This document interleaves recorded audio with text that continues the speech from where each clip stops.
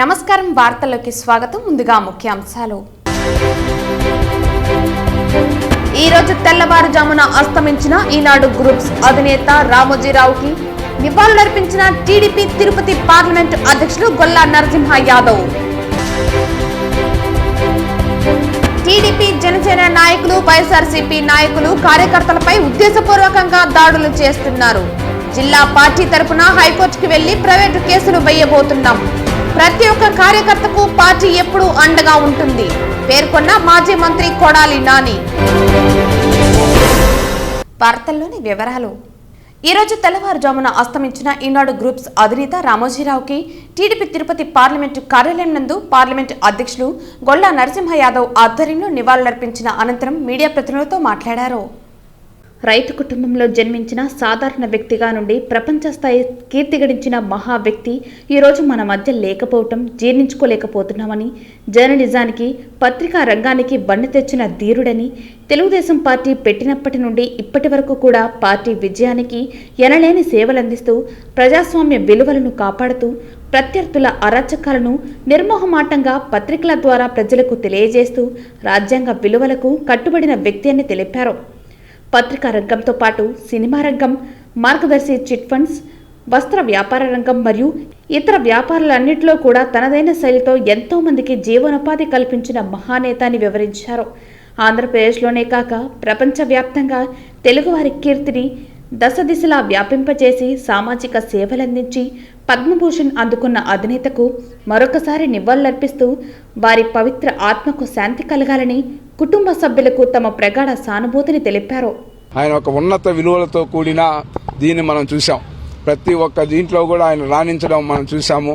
అలాంటి వ్యక్తి ఈరోజు మనకు లేకపోవడం ఒక ఆంధ్రులకే కాకుండా ఇరు రాష్ట్రాలు ఆంధ్రప్రదేశ్, తెలంగాణ, ఆంధ్రప్రదేశ్కే కాకుండా భారతదేశానికే తీరని లోటు. అలాంటి మహోన్నతమైన వ్యక్తిత్వం గల వ్యక్తి లేకపోవడం అని కూడా ఈ సందర్భంగా కూడా తెలియజేస్తూ, ఆయనకి తెలుగువారు ఎక్కడున్నా కూడా దేశ విదేశాల్లో కూడా ఇప్పుడు చూస్తాను ఆయనకి ఘనంగా కూడా నివాళులు అర్పించడం. మా జాతీయ పార్టీ అధ్యక్షులు వారు కూడా ఏదైతే ఢిల్లీలో కూడా ఆయన ఘనంగా కూడా నివాళులు అర్పించడం, ఇవన్నీ ఆయన యొక్క చేసిన కష్టాలు. ఆయన ఎప్పుడు కూడా విశ్రాంతి ఎరుగని యోధుడు ఎవరైనా ఉండాలంటే అది రామోజీరావు.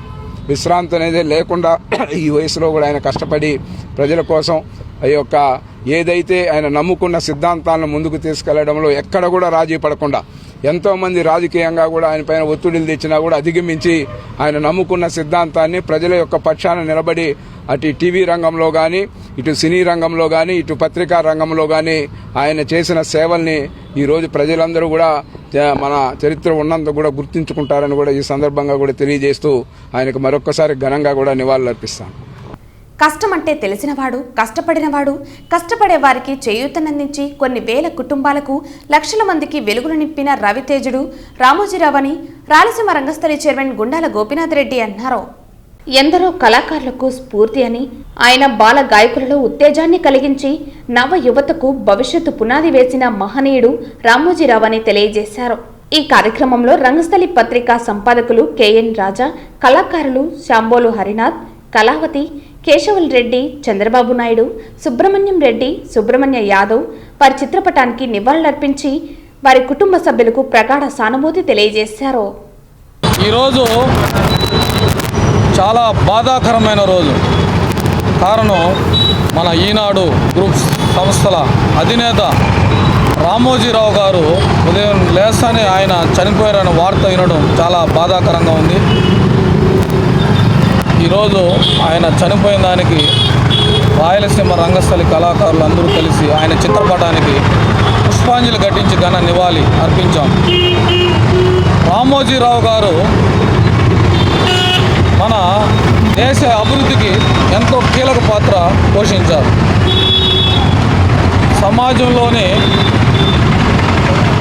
చెడును, మంచిని ప్రజలకు రోజు ఈటీవీ ఛానల్ ద్వారా కానీ, ఈనాడు పత్రిక ద్వారా చూపెట్టి సమాజంలో మార్పును తీసుకుని వచ్చిన వ్యక్తి రామోజీరావు గారు. ఆయన చనిపోయారంటే మాకు చాలా బాధాకరంగా ఉంది.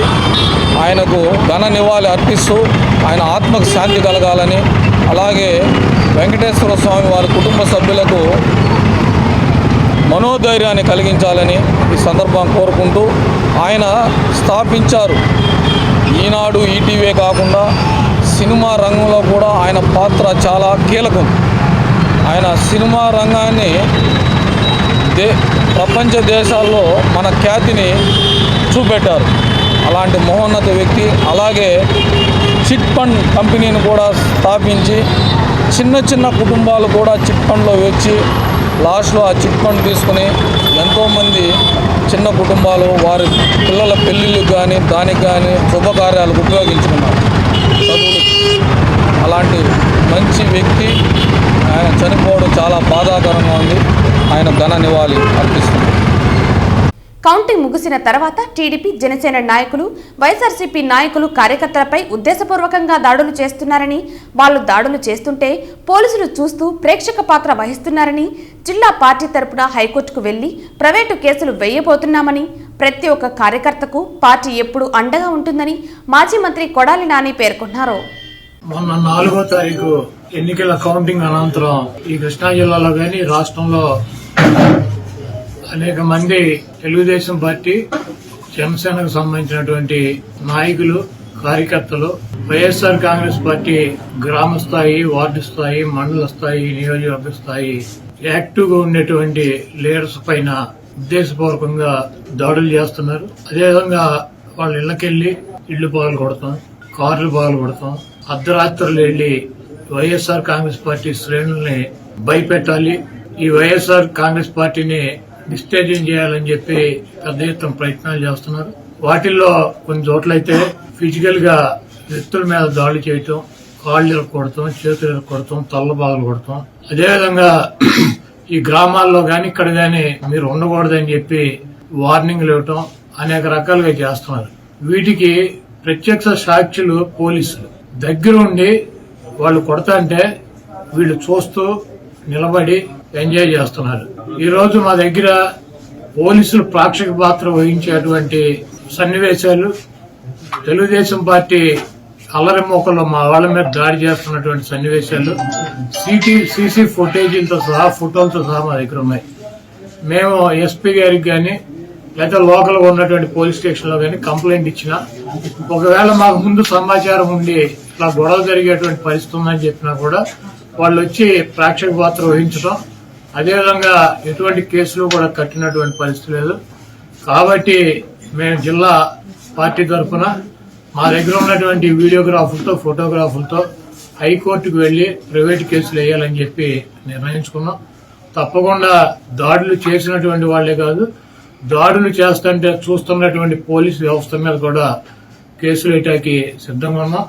అదేవిధంగా వైఎస్ఆర్ కాంగ్రెస్ పార్టీ నాయకులకు గాని, అదేవిధంగా కార్యకర్తలకు గాని ఎటువంటి భయం, ఆందోళన చెందాల్సినటువంటి అవసరం లేదు.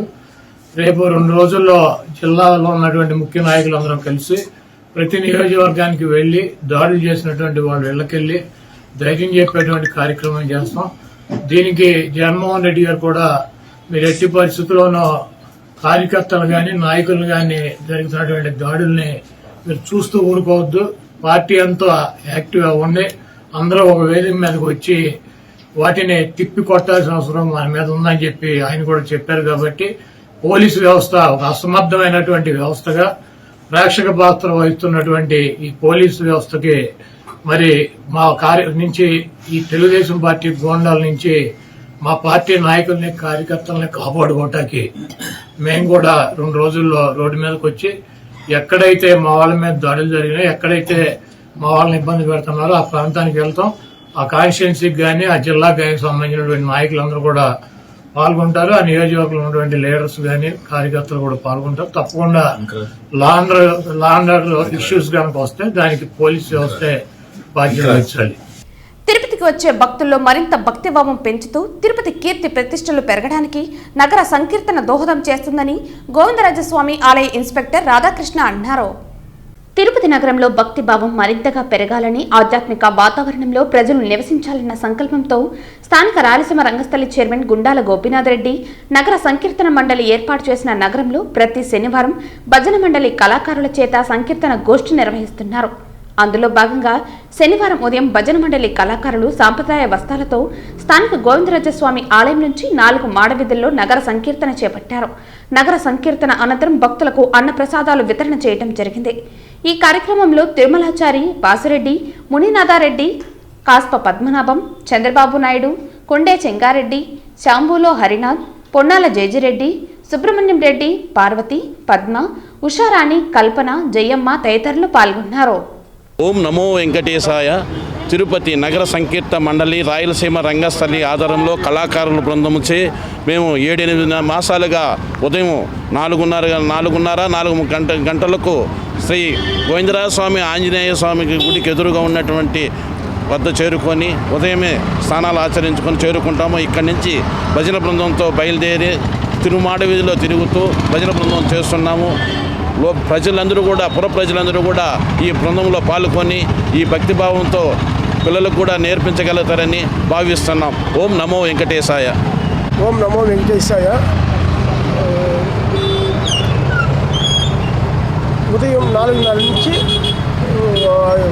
5 వరకు మన 4 మాడ వీధి నుంచి ప్రదర్శన భక్తి బృందము ప్రదర్శన చేస్తూ ఉంది. అందులో టీవీ ఎంప్లాయీస్ అంతా ఎక్కువ మంది పాల్గొని ఈ భజన బృందాన్ని పాల్గొంటున్నారు. వచ్చిన భక్తులకి ప్రసాదం కూడా ఇస్తున్నారు. ఓం నమో వెంకటేశాయ. ప్రతి శనివారం 4:30 నుంచి ఆంజనేయ స్వామి గుడి కాంచి లోపలికి వచ్చి ప్రదర్శన చేసుకుని మళ్ళీ 4 మాడ వీధులు ప్రదర్శన చేస్తున్నారు. వచ్చిన భక్తులకి ప్రసాదం ఇస్తున్నారు. కళాకారులు బాగా ప్రోత్సహిస్తున్నాము. ఇంకా బాగా డెవలప్ చేస్తున్నారు. ఇంకా ఇలాంటి కార్యక్రమాలు ఇంకా బాగా చేయాలని కోరుకుంటున్నాము. ఓం నమో వెంకటేశాయ. ప్రతి శనివారము ఉదయం 5 గంటల నుండి 7 గంటల వరకు నగర సంకీర్తన జరపబడును. ప్రతి శనివారము గోవిందరాల గుడి ఎదురుగా ఉన్న ఆంజనేయ స్వామి గుడి దగ్గర నుండి భజనతో బయలుదేరి గోవిందరాల గుడి ముందర వచ్చి భజన చేసి అక్కడ 4 మాడ వీధుల యందు తిరిగి గోవిందరాల గుడి యందు వచ్చి నగర సంకీర్తన చేసి ఇక్కడ 1 గంట సేపు భజన చేసి ఈ కార్యక్రమం ముగిస్తారు. ఇది ప్రతి శనివారం ఏ విధంగా జరిగి ఇంకా బాగా అభివృద్ధి అయ్యి చాలామంది భక్తులు పాల్గొనవలసిందిగా ప్రార్థిస్తున్నాను. చిత్తూరు జిల్లా కాణిపాకం వరసిద్ధి వినాయక స్వామివారి దేవస్థాన చైర్మన్ అగ్రంపల్లి మోహన్ రెడ్డి శనివారం తన పదవికి రాజీనామా చేశారు. రాష్ట్రంలో తెలుగుదేశం పార్టీ అధికారంలోకి వచ్చిన నేపథ్యంలో నామినేటెడ్ పోస్టులను స్వచ్ఛందంగా రాజీనామా చేస్తున్నారు. ఈ క్రమంలో కాణిపాకం చైర్మన్ కూడా రాజీనామా చేసినట్లు సమాచారం. ఈ సందర్భంగా ఆయన విలేకరులతో మాట్లాడారు. తిరుమల శ్రీవారిని ఈరోజు ఉదయం వీఐపీ విరామ సమయంలో ఎంపీ మాగుంట శ్రీనివాస్, గంటా రవితేజ వేరువేరుగా దర్శించుకున్నారు. వీరికి ఆలయ అధికారులు స్వాగతం పలికి దర్శన ఏర్పాట్లు చేశారు.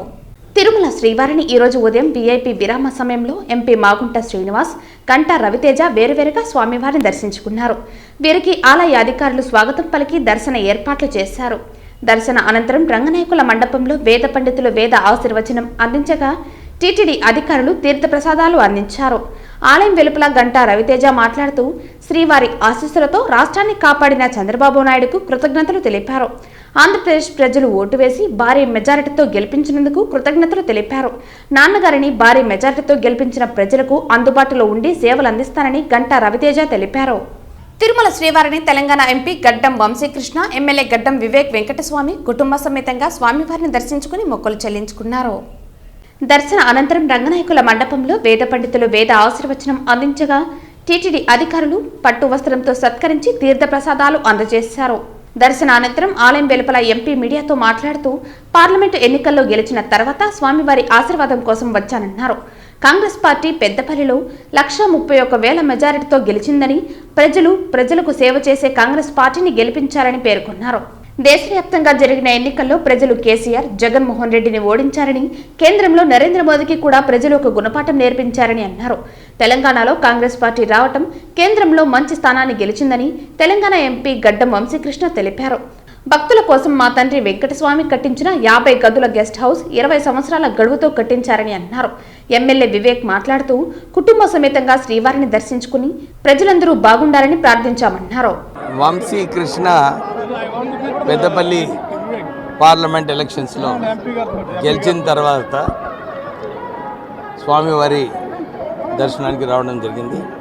వారి ఆశీస్సులతో, వారి బ్లెస్సింగ్స్తో ఈ ఎలక్షన్లో ఘన విజయం ఎందుకంటే పెద్దపల్లి ఏమో బీజేపీ స్ట్రాంగ్ హోల్డ్లో మధ్యలో ఉంది. ఒకవైపు ఆదిలాబాదు, ఇంకోవైపు నిజామాబాదు, ఇంకోవైపు కరీంనగరు, మధ్యలో పెద్దపల్లి.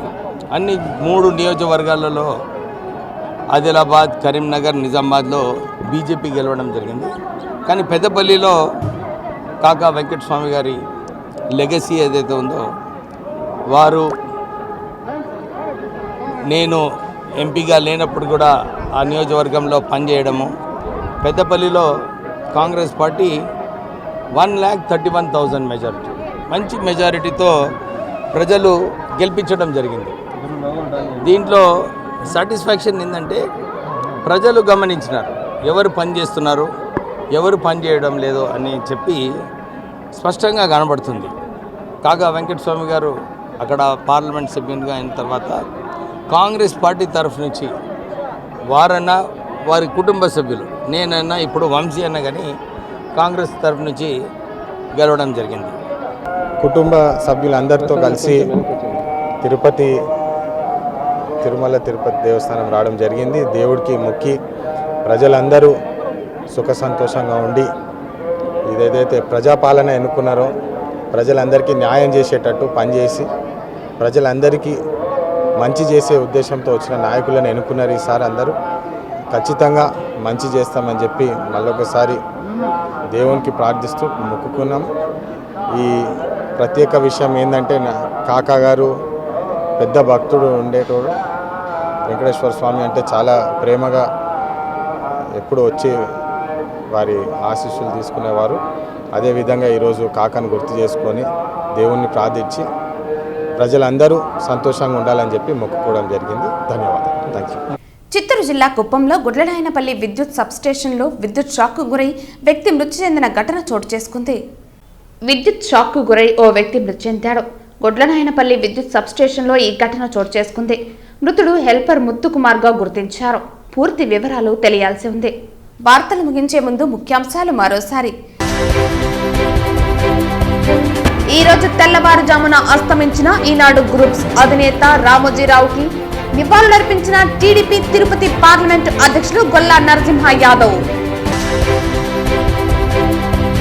టీడీపీ జనసేన నాయకులు, వైఎస్ఆర్సీపీ నాయకులు కార్యకర్తలపై ఉద్దేశపూర్వకంగా దాడులు చేస్తున్నారు. జిల్లా పార్టీ తరపున హైకోర్టుకు వెళ్లి ప్రైవేటు కేసులు వేయబోతున్నాం. ప్రతి ఒక్క కార్యకర్తకు పార్టీ ఎప్పుడూ అండగా ఉంటుంది పేర్కొన్న మాజీ మంత్రి కొడాలి నాని. ఈ వార్తలు ఇంతటితో సమాప్తం. తిరిగి వార్తల్లో మళ్ళీ కలుద్దాం. అంతవరకు సెలవు. నమస్కారం.